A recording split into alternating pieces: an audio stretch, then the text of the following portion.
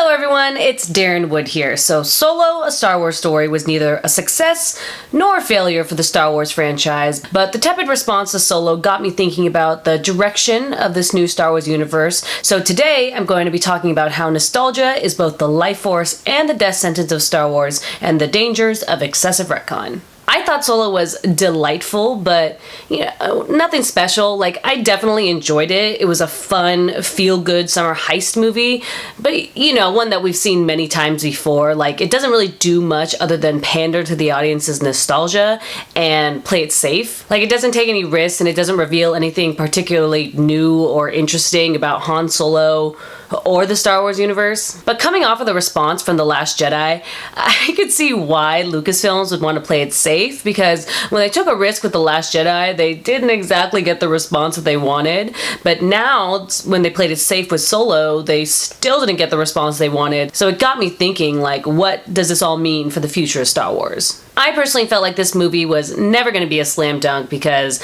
I don't think they're ever going to get the response they want if they mess with the original characters. But before I explain that, we need to talk about Star Wars and nostalgia, because nostalgia is a huge part of it. I think Solo perfectly symbolizes Star Wars' weird relationship with nostalgia, because nostalgia is what keeps Star Wars alive, but it's also what's holding it back, and what I think is ultimately going to bring it down. In other words, while selling nostalgia is a key part of Star Wars' success, I think that depending on nostalgia could end up ruining the franchise. It's strange because Star Wars is sustained by the romantic hype of nostalgia, but it's also limited and punished by the romantic expectations and attachments of nostalgia. What I mean is, a huge part of the Star Wars fan base is made up of people that have grown up with the franchise and therefore are extremely attached to it. They are very loyal, very passionate, and very sentimental. So usually it's very easy to sell them anything Star Wars, because pandering to their nostalgia is what excites them the most.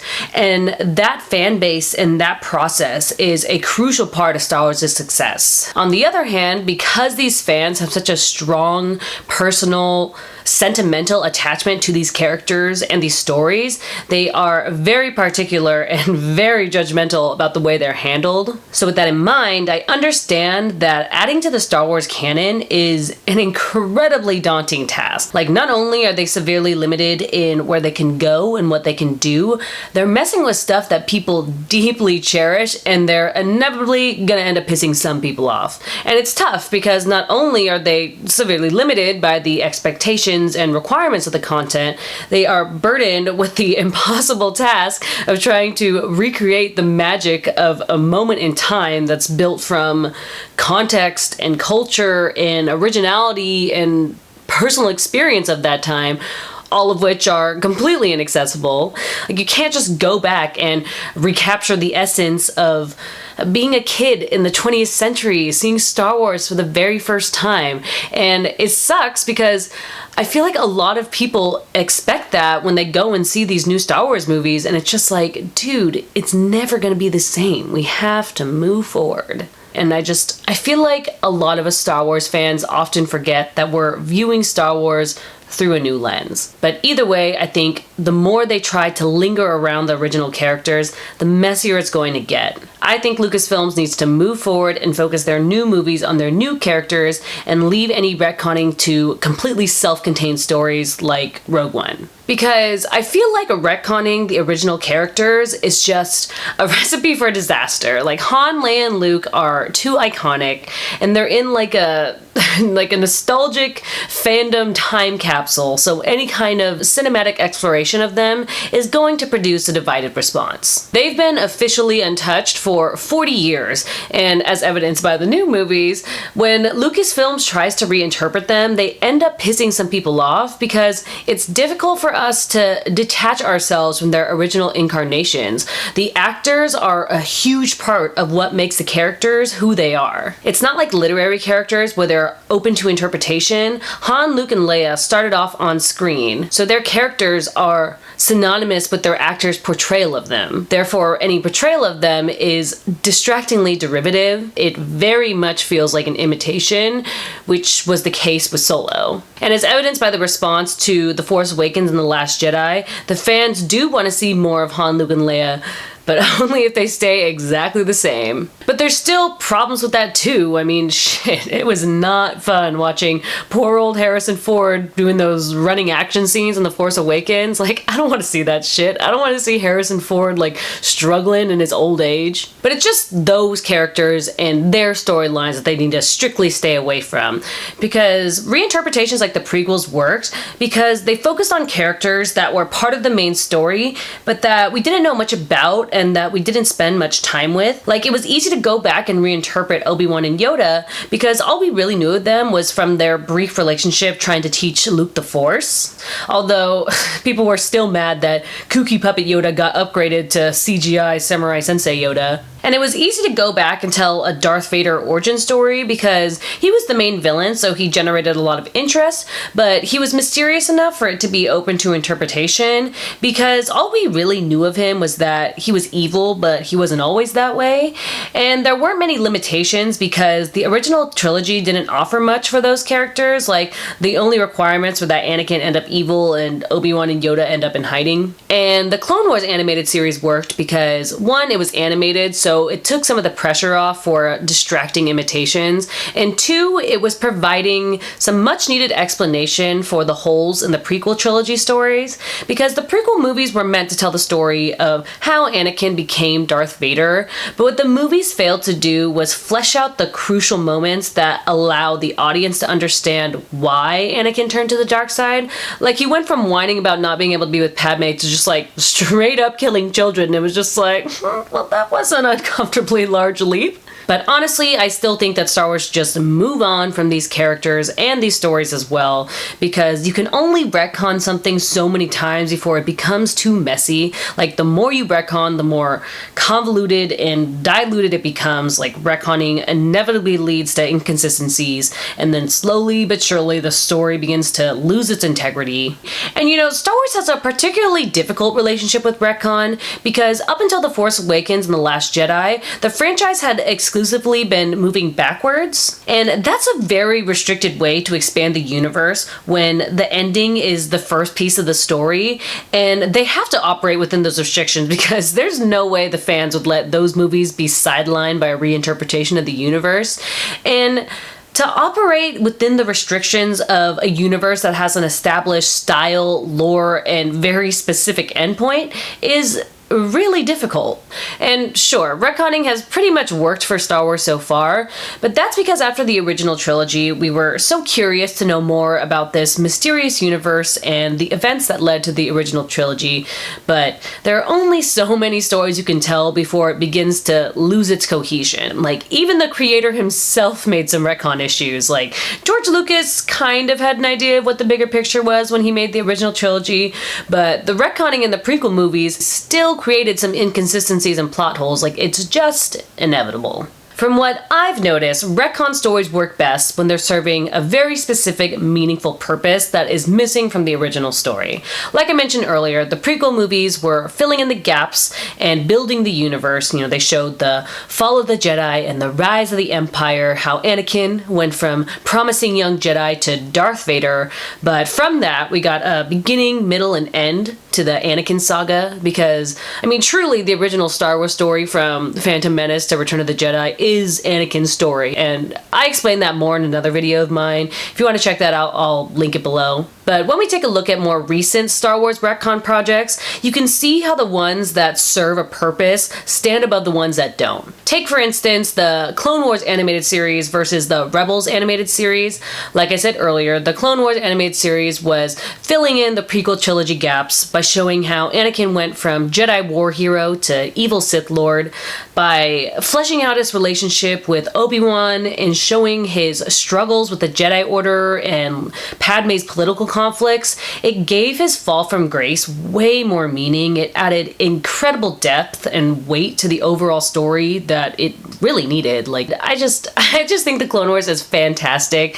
I actually talk about the Clone Wars in that other video that I mentioned earlier, if you want to hear me get into that. On the other hand, Rebels is just okay because it's not really doing anything other than showing us more Sith Jedi shit and War shit. So all it's really providing is more fun moments. And you know, same with Solo. It didn't really give anything to the franchise other than fun moments. But to build a lasting franchise, just having fun moments isn't gonna cut it. If Star Wars is going to do a retcon movie, which they will because they pretty much have to, they need to do it Rogue One style. Personally, I think Rogue One is the perfect example of a self-contained retcon story.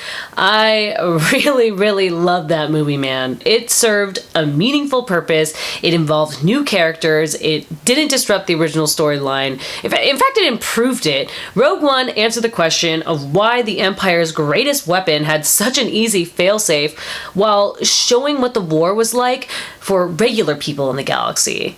And in doing so, it made the original story stronger as opposed to making it more complicated. The aesthetic and design of that movie totally had that classic Star Wars feel. It was a completely self-contained story that started and ended in the movie. Like, that's how it should be done. Like, Kathleen Kennedy, take notes. It works best when they nod to nostalgia through style, design, and brief, inconsequential cameos. Like, Star Wars should be learning from their past projects, not repeating the same mistakes and ditching what works. At this point in the Star Wars franchise, origin stories are not the way to go, at least for the big screen. The literary interpretations are fun because they flesh out backstories and origin stories for characters introduced in the films, but I don't think they'll translate as well to the big screen because they're not building towards something new. Like with the Marvel Cinematic Universe, all the origin stories were building towards the Avengers and then Infinity War, and while they were adaptations from the comics, the movies were still new experiences. So the audience didn't know exactly what was going to happen, whereas these Star Wars origin stories aren't culminating towards something big. We already know the end game, and you know, filling in the gaps is interesting and all, but it's not something I think they should be banking the future expansion of their movie franchise on. Because at the end of the day, Disney is trying to build a universe franchise, and so far they've focused more on fleshing it out when they should be focusing on moving it forward. And you know, the work they've done so far has served a good purpose. It was a smart move for Disney to establish an official canon for Star Wars lore, because up until the Disney acquisition of Lucasfilms, the expanded universe was kind of a mess. Like, there were no rules, you know, anyone could add to it. It had all these tiers, but like ultimately what it came down to is George Lucas's movies took precedent, and then like whatever was most popular took priority. And while fans loved the idea of fleshing out and expanding the universe, it could be really confusing to follow because it was determined by individual preference. Like, pretty much, the people wanted more and George Lucas wasn't providing it. It wasn't like Harry Potter or Game of Thrones where the author is actively involved in putting out new material to invigorate the universe and expand the universe. Like, George Lucas waited 16 years between Return of the Jedi and The Phantom Menace, and in that time, other people filled in the gaps. And because of that, you know, over the years, excitement for Star Wars was up and down and up and down and up and down. Like, pretty much there was no official canon. So it really was whatever you personally decided to acknowledge. But then George Lucas would do some shit like come out with the Clone Wars, which went against, you know, popular expanded universe material. But he was just like, you know, canon is whatever I decide it is. So yeah. However, now Disney is taking a page from the comic book industry and creating a collaborative canon. This way, the movies can be the star of the franchise, but it allows different writers and contributors to flesh out different stories. It gives the opportunity for different artists to tell a relevant but meaningful story about the characters they love that act as a building block for the greater Star Wars universe. And I do think it's smart that they're diversifying their Star Wars lore because it allows the brand to pump out consistent content that keeps excitement for the universe alive. Like, essentially, it allows the brand to provide constant content for the fans without exhausting the general audience and the media. Because they want to stay relevant and profitable, but they don't want people to get, like, sick of Star Wars, you know? Because, I mean, only the dedicated fans are going to take the time to read the literature and watch TV shows that tell all the side stories, while the average audience can just, like, focus on the movies to tell a comprehensive tale of the main event. So if they're going to retcon original storylines, I think the comics, novels, and video games are the best ways to go. I think Star Wars needs to take note of what has worked for them and what hasn't, and use that to guide their future projects. They need to cater to fan service and nostalgia without disrupting main characters or storylines. They need to tell a new, original story, but only if it doesn't affect anything or anyone from the original story. They can reinterpret existing characters, but only ones with minor development, and the aesthetic and design of the movie must stay authentic to that classic Star Wars feel. And hey, Disney, I know it's a lot of shit, and I know it's not easy, but this is Star Wars, man. It was never gonna be easy. But weirdly, despite all of this, I think the new Boba Fett movie and the ninth Star Wars film have potential to be a really solid Star Wars installments. Because we've never really spent time with Boba Fett or even seen him as an adult, and he doesn't really affect the main storyline at all, so they're really free to do whatever they want to do and go wherever they want to go, and with the right team, I think it could be a really great self-contained story. And now that Han, Leia, and Luke are gone, the new trilogy is free to explore new stories without the limitations of sentimental attachments, and finally create a new direction for the Star Wars universe. Like, there's still hope out there, guys. And isn't that what Star Wars is all about? Alright, that's it. Thank you guys so much for watching. I hope you liked this video, and if you did, please share it with a friend and check out my other ones. You know the drill. Do the like, subscribe, notifications, all that shit. I know this video isn't actually about Solo and it's like 2 months late, but for those of you who follow my social media, you know what's going on. My life has been crazy busy and crazy stressful, but you know, I still enjoy doing this and making these videos, so thank you for taking the time to give a shit. I really appreciate it. You know, I do want to make more videos, but I feel like every time this channel starts to gain momentum, my life pulls me in another direction. Like, I work full time and I'm in the middle of a full-blown quarter-life crisis, but I'm trying to make it work. So thank you for your patience, and that's all for now. I'll see you next time.